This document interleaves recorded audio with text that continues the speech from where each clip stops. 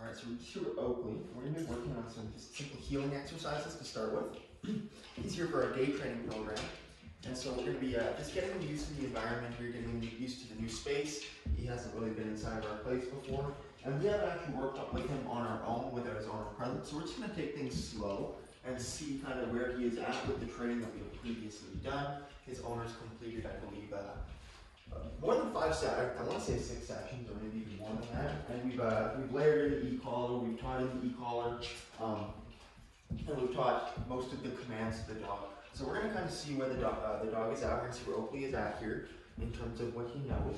And some of the biggest concerns, some of the biggest things that Oakley's owner wants to work on and address are his socialization, his recall, his loose leash walking, and his heeling abilities, because he likes to pull around. And just getting him better associated with the e-collar in general, getting him a little more educated and fine-tuned on that device. So, like I said, right now we're just doing some simple healing work with him, using just the slip leash. I'm not really incorporating the e-collar into this.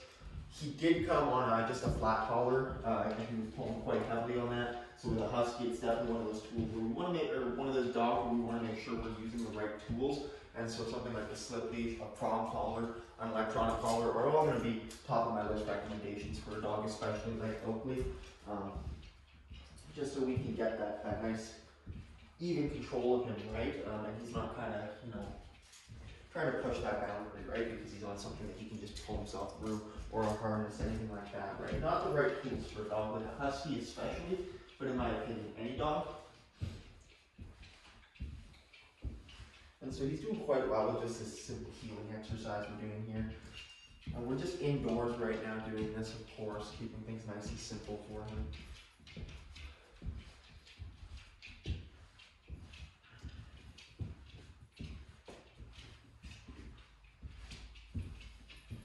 Got the cat litter box and the cat tree and stuff over here, so that always provides a bit of a distraction for us. What we can do is, if he starts to get tight on that leash, we can incorporate that e-collar or our phone recall and just guide him forward with that. Good. Good.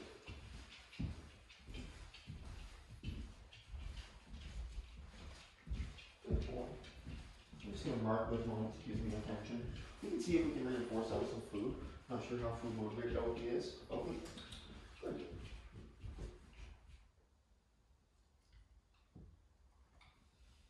Got some beef liver there, so he's good with that.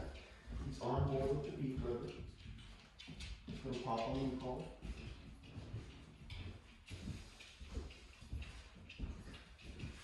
Good. We're just marking that with good and giving him that reinforcement, food, affection, whatever you got with you. A little bit slow right now. I'm just marking the moments that he turns nicely with me, gives me some eye contact, some engagement, shows me that he's in tune with me. Good. And you can see he responds well to that marker. That good marker just marks when he's doing the right behavior or in a state of mind that I enjoy and I like. We can reinforce that and tell him to continue doing that. Good.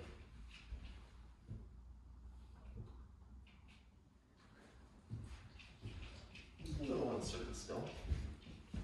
Good. Like the eye contact. That's nice. Okay, we're going to work through a couple commands now. We're going to work on a sit. And even see if he knows a down or anything like that. So what we'll do here first to start with is without using the e-collar. We're just going to guide him back into the sit using our slip leash. Oakley, sit. Good. Mark it with good, reinforce. Good job. Oakley, break. Good.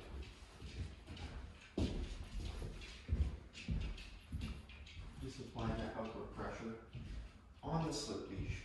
Let me get that command. Oakley, sit. Good. Marking it, rewarding. A little slow though, hey? And so let's incorporate the e-collar into that process as well. And so to incorporate the e-collar here, we're going to work with him. We're going to start maybe a level 6 or so. We'll adjust it as needed. But we're going to give that command. If he doesn't respond immediately, we're going to apply that e-collar pressure and apply our upper leash pressure. he knows the collar, so he should know exactly what we're asking him to do and what that sensation means. But we'll kind of see if we need to take it back a step. We will. Oakley, sit. Good. Oakley, come. Good.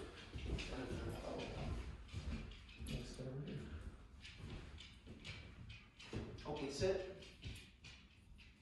Good. Good. I don't mind that. I don't mind if the dog lays down.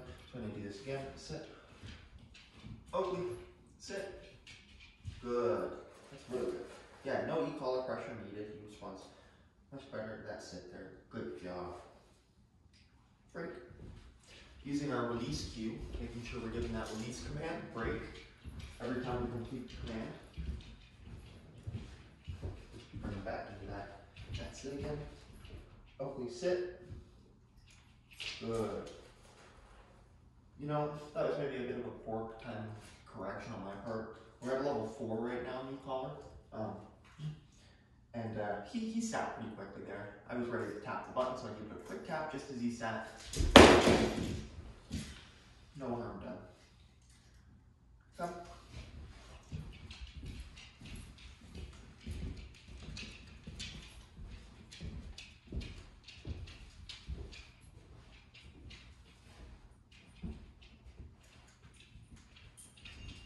Good. So right there, when he's sniffing over there off to the side, that's going to be a correction on the e-collar. And I corrected first at that level 4 that we were at, and I bumped it right up to about level 11, and that's when he responded. And that's just the correction on e-collar, a little bit of leash pressure guidance there, using that tone to recall him back to me, which I know he knows that tone recall. We definitely worked on that. Gonna bring him back over to sit. Level is turned back down again here. Good. Back into the sit again, ready to use the leash pressure if needed. Oakley, sit. Good. Good. So no e-collar there, right? So that's where he's winning those situations, right? Because he's performing the command. Oakley. He's performing the command. And he's not interested in food right now. A little bit on edge, like I said, new environment for him. Oakley, break.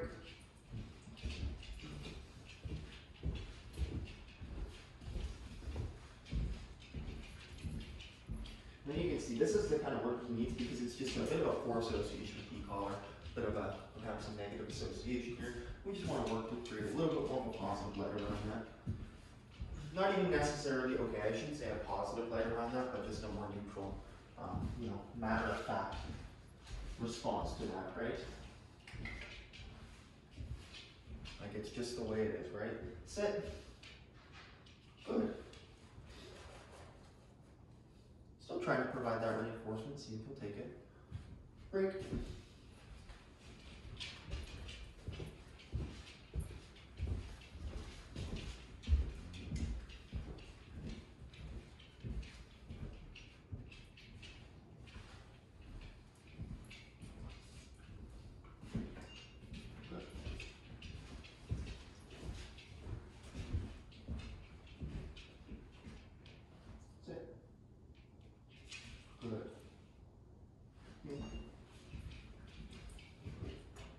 Good. Good. Oops. That's it. Good. Good boy. Good. Good. Oakley, come. Good boy. That's it. Good. Very good. Very good. He's really nice on the recall. That's awesome. Stay. Good. Oakley, come. Good boy. Good boy. Sit. There's a correction right there on the collar, level 8. Little tap on the collar. Good job. Oakley. Sit. Just put him back into that sit there. Wait. Oakley, come. Sit. Good. He's getting a little lazy on me, so I'm just going to get him out of that sit. not putting too much pressure on them or anything, not yanking them off the ground. I like to just move forward and then reset them into that sit every time they try to lay down before they get too comfortable. If I don't want that, there's certain situations where I'm okay with them going into a sit and then laying down, like if we're maybe having a conversation with somebody. Right now, for instance, if he wants to lay down, I'm fine with that right now, but if I give you a sit command and you just like right away lay down like that, that's gonna get me to move you at that sit, put you back into it until you can show me that you can hold that command with a little more duration, right? Without just trying to, you know, get out of it, I suppose, right? So laying down now, I'm okay with that, but again, if I want to get him moving again, I'm just going to say, Oakley, I'll put a heel command or a come command, and I'll press that tone, and you'll see he'll perk right up again. Oakley, come. Good boy. Very good boy, Oakley. That's perfect. Good. Sit. So ready to correct there, right? He's again sniffing off to the side there. Ready to correct that, Oakley, come. Sit. Good boy. Okay. Nope, Oakley, come. Sit. Good. Good. There. Good. Alright, only providing that reinforcement. Get that break. Good. Making sure we get that sit there, right? With a dog like him, he's going to be pushing those boundaries. I'm going to make sure he's staying that sit. I'm not trying to pick and choose what commands he wants to do, because if he's going to sit, if he's going to down when you tell him to sit, he's going to break his place when you tell him to place, he's going to, you know, blow you off when you tell him to come. It all snowballs, right? So really being careful of allowing that stuff to slip and holding the dog accountable for those small infractions too, right? If you're going to hold them accountable for the big infractions, you have to make sure you're holding them accountable for the small ones. Good. A little bit of a recall there.